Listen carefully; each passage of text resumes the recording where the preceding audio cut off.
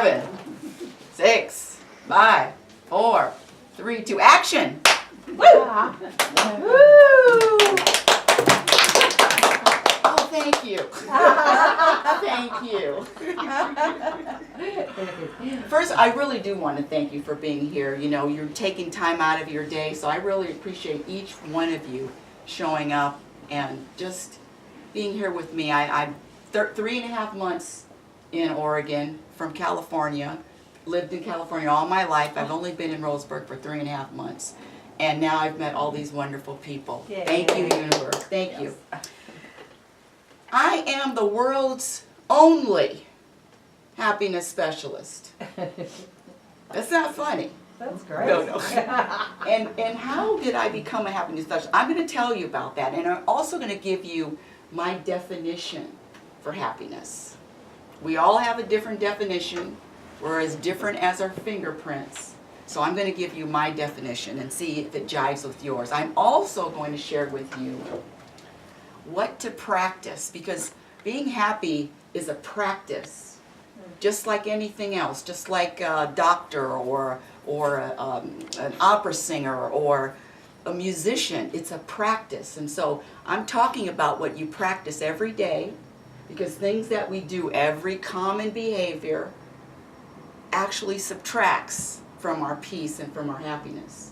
And then I'm going to give you things that you can practice that will add to your happiness. So that's the key word here.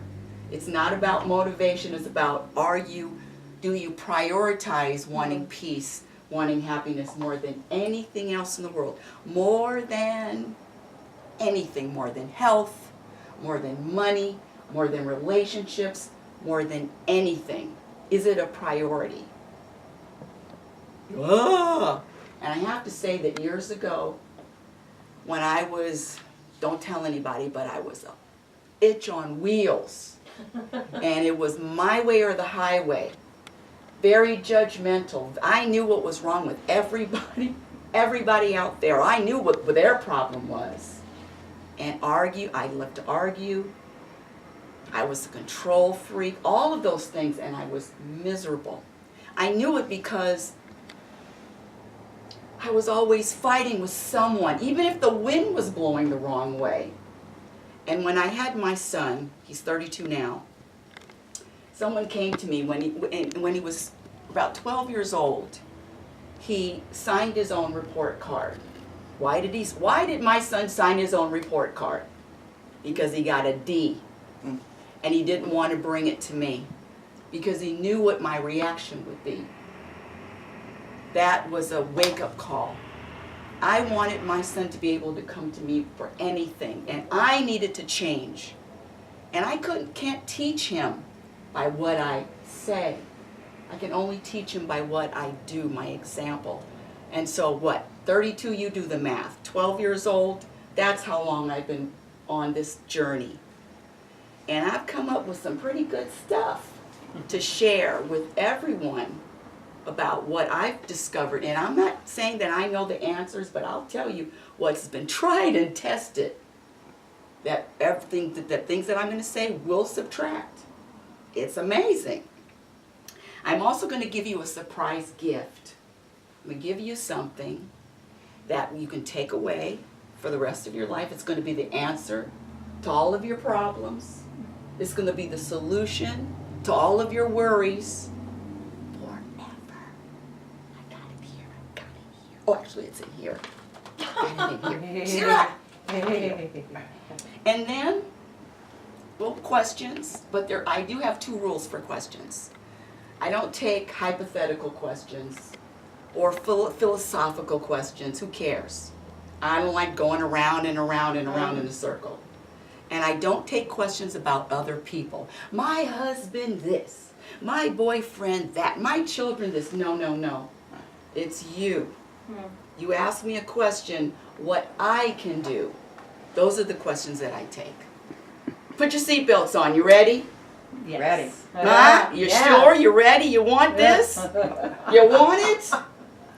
Hold on a second. I do have notes because I am forgetful. I'm happy, but I'm forgetful. Isn't that part of happiness? Yeah, you know what? Actually, I look at that as a gift. Me too. Thank you for not keeping me in this moment and not remembering yesterday. Thank you, and not talking about yesterday. Yeah. How many of you have birthdays? Everybody. Oh, well, everyone. Well, what a coincidence. Yes. Have you ever made a wish, you know, birthday, blow out the candles, or throw a coin in the pond to make a wish? Well, when I was in my teens, I always wished for the same two things. I wanted to live to my potential. I didn't know what that was, but I said live to my potential, whatever that is. And I wanted to be happy. And you know, when you ask, you always get answers. When you ask, you get the answers. And Lord knows I didn't know that this happiness was going to be such a journey. I thought marrying Mr. Right, marrying the really good-looking guy, nice guy, traveling all over the world, of course that's going to make me happy. Having the perfect house on the hill, looking up over the ocean. Or, am I yelling? I'm feeling You're really good. Okay. I think I get you're really, projecting. You just Yeah. sound excited. That's it is. And I kept searching, and I thought the next trip was going to do it, but it wasn't anything that. It didn't satisfy me. There was always something missing. There's got to be something else, because I would achieve or I would go to a certain. It's still empty, still feeling empty.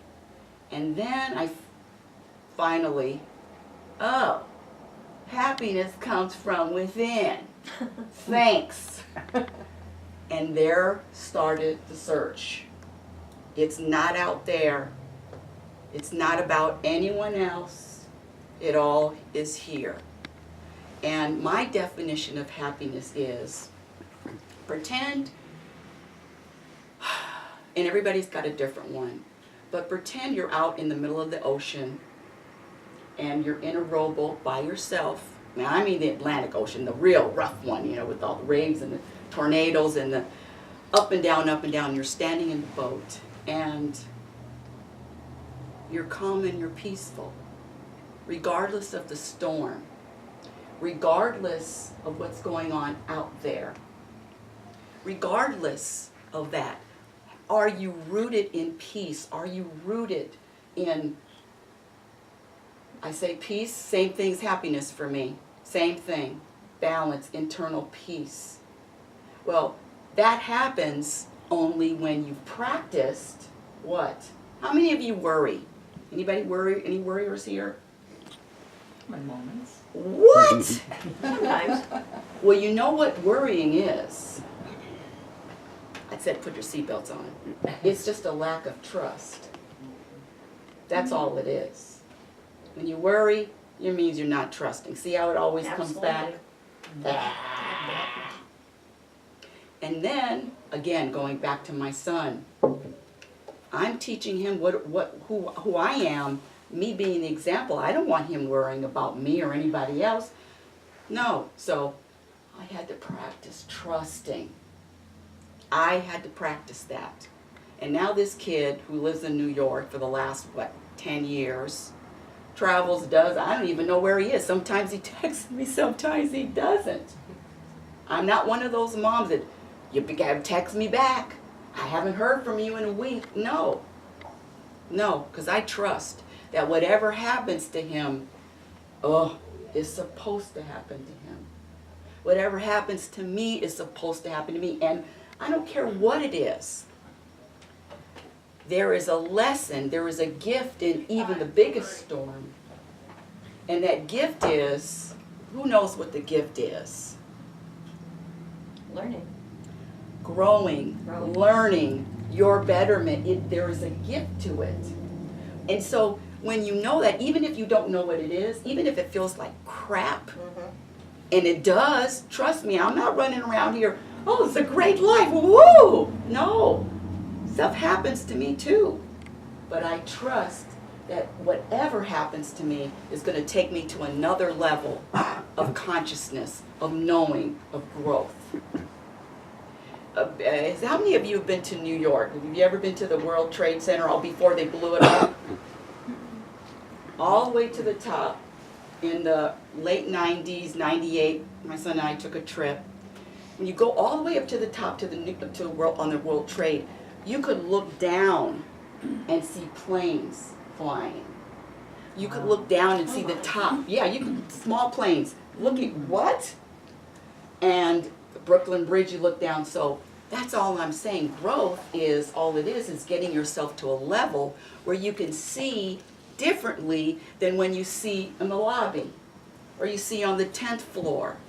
So your growth gets you to another level. And that's why it's so important to make that a priority, because the more you grow, the more you're able to see from a different perspective. Any questions? Ah! Okay, let me just make sure I'm there. Okay, what is the biggest problem on this planet? What are the biggest problems? Global warming, wars, what is it? Health insurance. Health insurance, yes, that's a problem. What else? Lack of Pressure. trust. Are you talking about yourself? I'm talking about everybody. Oh, that's another thing about happiness. What subtracts from your happiness is noticing what anybody else is doing, or even talking about other people. That subtracts from your happiness. There's a difference between noticing and caring. And witnessing. Right. Yes. Okay. Because we see what's going on in the world, but that doesn't mean it has to affect us personally. That's true, but see, you see what's going on in the world from what kind of eyes? What eyes are you using? Because when you see something out there and you find something wrong out there, then you're putting a judgment on it. You're putting a label on it, a judgment. All judgments and all labels subtract from your happiness. All of them, without exception. So what is this? What are we doing here? We're living, we're having a life, or on a journey, and it's just an experience without judgment, without labels. It's just an experience. I'm experiencing these, but I'm not going to say this is good or bad. All labels subtract from your happiness. Every single one. Listen, you know how long it took me not to label stuff? I mean, it's huge, but it's a practice. So, you named a couple people naming different things that are wrong. The biggest problem I see, there's no happy people. See, happy people don't wage wars. Happy people don't get angry. Happy people don't judge. Happy people don't argue. In my opinion, the biggest problem is unhappy people. Bah! Hey! I'm a happy person. I know you are. Is that Rita? I don't know, I just met her today. Yeah. She is. Yes. Well, Uh-oh. when you were talking, it made me think about the media, the news media. Mm-hmm. They're always feeding us Nightmares. if we look at it, things that are upsetting. And so, Things that are upsetting to you. Because we well, can't speak for anybody else. that could be. I don't have any friends, you know why? You see why, right? Right? Well, if you hear that somebody killed their kid, I can't believe that wouldn't bother just me. Right. There's You know, evil in the world. It's painful. We take it it's on. painful, and so I feel better if I don't look at that or see that, you know. Let me give you an answer to that, because listen, all of your questions and all of your comments, I've been teaching the importance of happiness classes for over 3 years, and decades of just my own journey.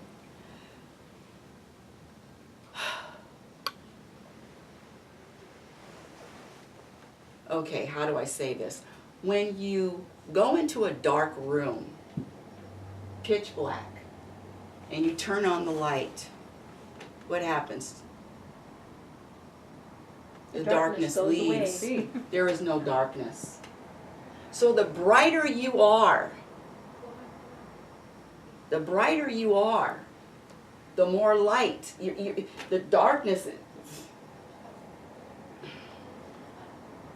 You think an elephant is bothered by a gnat? See, it really comes back to us. I'm not saying, okay, there's a different way to look at every situation. It's just not one way. Let me give you, I was talking to my soulmate, and he came up with this. Listen to this. He says it's his ancestors, some people say God, some people use them, he uses the term ancestors. Came to him and said, you know what? There was goodness, there was something good that happened out of slavery. But while the black people over here, there was something good. What? How can you come up with something good from slavery? Ready for the answer to this? His ancestors said that, oh no, you don't have to chain me. I'll go willingly. I'll walk on that boat willingly. No chains are needed. Because I know in this next world that my generation is going to have a better life.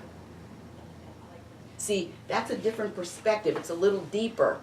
So this stuff on the surface, you can find fault, something wrong, but you go deeper, you can come up with another perspective. What? Does that make sense? Absolutely. It is about your perspective, and the more, the higher you get, like going back to the world trade, your perspective, you can practice changing your perspective in a moment. You can have horrible things happen, but there's 360 degrees in a circle, and you can practice. Who practiced changing their perspective? No, I'm going to have one perspective. This is it. This is my perspective forever. My perspective. It comes back to us. Going to a different place, even expanding even more. Our purpose is let me speak for myself. My purpose here is to grow. My purpose here is to be more conscious. My purpose here is to just be more balanced with life and the universe. That's it.